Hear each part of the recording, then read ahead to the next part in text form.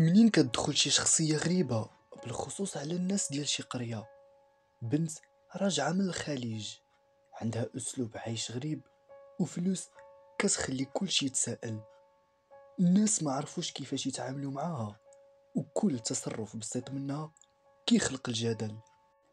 نجوى تولدت وسط واحد القرية صغيرة في أسرة متواضعة لكن عامرة بالحب والحنان. أمها لاله فاطمة كانت مرأة صبورة وحنينة، دائما كتسهر على راحة عائلتها وكتعلم نجوى الصبر وحب الآخرين. باها السي سعيد كان صارم شوية لكن محب وعاقل، كان كيحرص باش يعلمها قيم الانضباط والمسؤولية منين كانت صغيرة. نجوى كانت طفلة مختلفة على قاع الدراري اللي في عمرها، عندها فضول كبير وشخصية قوية، دائما كتسول وكتبغي تعرف كل شي، كدوز ساعات طويلة كتقرا وتكتب، وكتختار ألعاب اللي تطور لها العقل. حتى الطريقة ديال لباسها كانت متميزة، بسيطة لكن فيها لمسة ذوق خاص، ودائما كتحلم بشي حاجة أكبر من القراية اللي تبدل حياتها. خوها الصغير يوسف كان دائما مصاحبها، كيبغي يلعب معاها ويتعلم منها. الناس في القرية كانوا كيلاحظوا نجوى وكيقارنوها بالدراري الآخرين، لكن كانت بعيدة على أحكامهم. كبرات نجوى تعلمت تحمل المسؤولية وتعرف أن الطموح ديالها أكبر من الحدود. الحلم ديالها كان السفر للخليج وتجرب حياة جديدة. والديها بالرغم من القلق دعموها، لحقاش كانوا عارفين أن الطموح ديالها حقيقي وأنها قادرة توصل لأي حاجة بغاتها. وصلت نجوى للخليج وسط مزيج من الحماس والقلق. الجو كان مختلف، المدينة كبيرة، الناس عايشين حياة متقدمة بزاف مقارنة بالقرية ديالها. في الأيام الأولى كلشي كان جديد وغريب عليها، من اللغة للأماكن لأسلوب العيش. ما خداتش نجوى بزاف ديال الوقت ولقات واحد العمل في فندق راقي في القسم الإداري، حيث تعلمت بسرعة طريقة التعامل مع الزبائن والفريق. بدات كتكتسب مهارات جديدة نهار بعد نهار. الخدمة كانت صعيبة لكن نجوى كانت طموحة وكتبغي تتعلم، وهذا الشي خلاها تكسب احترام الزملاء والمدير. في واحد النهار منين كانت كتخدم في قاعة الاستقبال، تعرفت على رجل وسيم عنده شخصية قوية وهادئة. كان من الزبائن الدائمين على الفندق، بداو يتبادلوا النظرات والابتسامات، ومع الوقت بدات تتعرف عليه أكثر، واكتشفت أنه راجل غني مربي وعنده حياة راقية. الراجل لاحظ الذكاء ديالها وطموحها، بداو يتقربوا لبعضياتهم. نجوى من جهتها بدات تحس بالراحة معاه وكتكتشف عالم جديد ديال الرفاهية، السفر، الماكلات الغالية، الأماكن الفاخرة، وحتى الملابس اللي كانت هي كتحلم بها من قبل. ومع مرور الوقت بدات نجوى تعيش الرفاهية الحقيقية، لكن عمرها ما نسات لا القرية ولا الأسرة الصغيرة ديالها اللي دعمتها، الطفولة اللي علمتها الصبر والطموح. هاد المرحلة كانت بداية تحول كبير، وكيفاش ولات مختلفة على البيئة اللي جات منها واللي غادي تخلق ليها لاحقا جدل كبير منين غادي ترجع. مع مرور الشهور العلاقة ما بين نجوى والرجل الغني ولات أقوى. كانت سميتو خالد، رجل أعمال ناجح أنيق ومربي، كيحترمها وكيقدر الطموح ديالها. ما فاتش بزاف حتى تقدم ليها رسميا. عائلتها فرحوا بزاف من يسمعوا الخبر، حيت شافوا فيه رجل مناسب وغادي يضمن لبنتهم حياة مستقرة وآمنة. العرس كان كبير بزاف وفخير، حضروا فيه ناس من طبقات مختلفة. نجوى عاشت أجمل أيام حياتها، بدات كتستقر في حياتها من جديد، فيلا كبيرة، سفر مستمر، وحياة اللي عمرها ما كانت كتحلم بيها. لكن السعادة ما دامش بزاف. من بعد عامين ديال الزواج وقع حادث سير مأساوي، خالد توفى فجأة. الصدمة كانت قوية على نجوى، حياتها تخلطات وحسات بفراغ كبير. لكن المفاجأة أن خالد خلى ليها إرث ضخم، شركات، عقارات، وحسابات مالية كبيرة. وبهذا الشكل نجوى لقات راسها فجأة عندها ثروة ضخمة، لكن بلا الشخص اللي علمها معنى الحب والأمان. هاد اللحظة كانت نقطة التحول الثانية في حياتها، من بنت بسيطة في قرية إلى زوجة رجل أعمال، من بعد إلى أرملة شابة زوينة وغنية. طريق صعيب وغامض، واللي غادي يفتح الباب الكبير للجدل منين غادي ترجع للبلاد. من بعد وفاة خالد، نجوى قدمت ورقها وغلقت الصفحة ديال حياتها في الخليج. باعت اللي باعت، وسمحات في بزاف د الأملاك، وقررت ترجع لبلادها. سمحات في المدينة اللي عامرة بالذكريات والرفاهية، كانت كتشوفها سجن كبير بلا روح. قررت ترجع للبلاد، تبدا حياة جديدة وسط الناس اللي كبرات معاهم، خصوصا بعد ما ولات كتملك ثروة ضخمة. نهار رجوعها كان مختلف.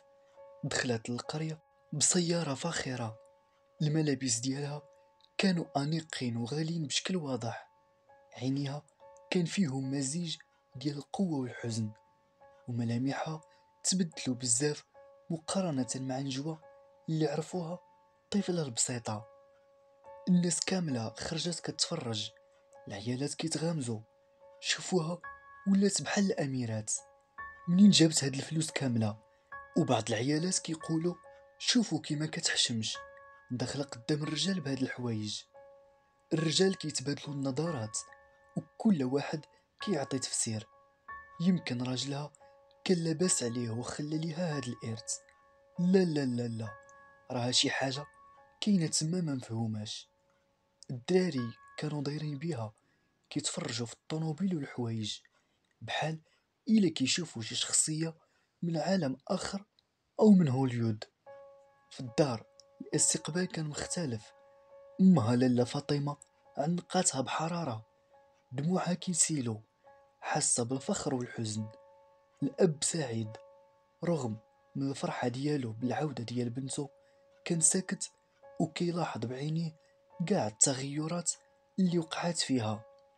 يوسف خوها الصغير ما تيقش منين شاف ختو وصلت لذاك المستوى، كيشوف فيها وكيحس بالفخر قدام صحابو. لكن الحياة في القرية ماشي سهلة. الفضول بدا كيكبر مع الوقت، والناس بداو كيتسائلوا بصوت عالي: هاد البنت بدلات بزاف، منين ليها بهاد الفلوس؟ اشنو كانت كدير في بلاد الخليج؟ كل حركة كانت مراقبة، الحوايج، الكلمات، وحتى الضحكة ديالها كانت كتثير الجدل. بعض العيالات بداو يغيروا منها، بعض الرجال بداو يتقربوا ليها على ود الطمع، والبعض الآخر ولا كيشوف فيها بنظرة شك واتهام. نجوى من جهتها كانت كتعيش صراع داخلي. هي جاية تعيش حياة هادئة وسط عائلتها، لكن لقات راسها في مواجهة مجتمع ما كيتقبلش بسهولة التغيير. كانت عارفة أن الإرث اللي خلاه خالد ما خلاش معاه غير الرفاهية، لكن خلى معاه حتى اللعنة ديال الفضول والحسد. الهضرة بدات توصل لودنيها، ومع ذلك ما كانش كتجاوب. كانت كتسكت، غير كتشوف في عينيهم وكتبتسم، كأنها كتقول ما كيهمنيش كلامكم. لكن في الأعماق كانت متألمة. كيفاش ناس كبرت وسطهم، لعبت معاهم، واليوم يوقفوا ضدها ويشكوا في شرفها. واحد النهار وهي خارجة كتسوق، تجمعوا عليها العيالات وبداو يقولوا: اش من وجه عندك؟ راجعة للبلاد بهاد اللباس والتفاخر، فلوسك ماشي نقية. الناس تجمعوا والعينين كلها مركزة عليها. لحظة صعيبة، لكنها ما تهزماتش. رفعت راسها وبصوت هادئ لكن قوي: انا اللي عشت حياتي وعارفة شنو داز عليا، واللي ما عجبوش يخلي راسو بعيد. انا ما رجعتش باش نتباهى، رجعت باش نكون وحدة منكم ونعاون بلادي. هاد الكلمات قلبت الموازين. بعض الناس بقاو ساكتين والبعض الآخر بقاو كيتغامزوا، لكن نجوى ما وقفاتش غير عند الهضرة. قررت تبدا مشروع اللي يوري نواياها الحقيقية. جابت مهندسين وبدات تحفر الآبار باش توصل الماء لكاع البيوت اللي محرومة منه. بنات خزان كبير ديال الماء وزودات المدرسة بالماء والكهرباء، عاونات الأرامل واليتامى بمساعدات شهرية. لكن حال الناس عجيب وغريب، حتى وهي كدير الخير بعض الناس باقيين حاقدين عليها وكيقولوا كدير هادشي غير باش تغطي على الماضي الخايب ديالها. الخير ديالها ما غاديش يبدل حقيقتها. لكن الأغلبية بدات كتبدل النظرة. الأطفال اللي كانوا كيشوفوها من بعيد اليوم ولاو كيلعبوا معاها في الساحة ديال المدرسة. العيالات اللي كانوا كيغيروا منها بداو كيجيو يطلبوا منها النصيحة والدعم. حتى الرجال اللي كانوا كيشكوا بداو يتعاملوا معاها باحترام. رغم العداوة اللي واجهاتها، نجوى برهنات أن الفعل أقوى من الكلام، وصارت رمز ديال القوة واللياقة. الوحدة اللي خرجت من القرية بيدين خاويين رجعت وما نساتش ناسها، ولو كانوا في الأول ما كيحملوهاش. نجوى بالرغم من العروض الكثيرة اللي جاتها من رجال الأعمال والأغنياء رفضت كل شي وما بقاتش باغية لا المال ولا المظاهر. لقات راحتها عند حسن، جارها وصديق الطفولة، راجل بسيط اللي عمره ما طمع فيها. اختارت تكمل حياتها معاه وسط بساطة القرية بعيدا عن الأضواء. وهكا نجوى برهنات أن الثروة والجاه ما كيجيبوا والو. القلب النقي هو اللي كيصنع السعادة الحقيقية. نجوى تزوجات لكن ما نساتش طريق الخير اللي بدات فيه.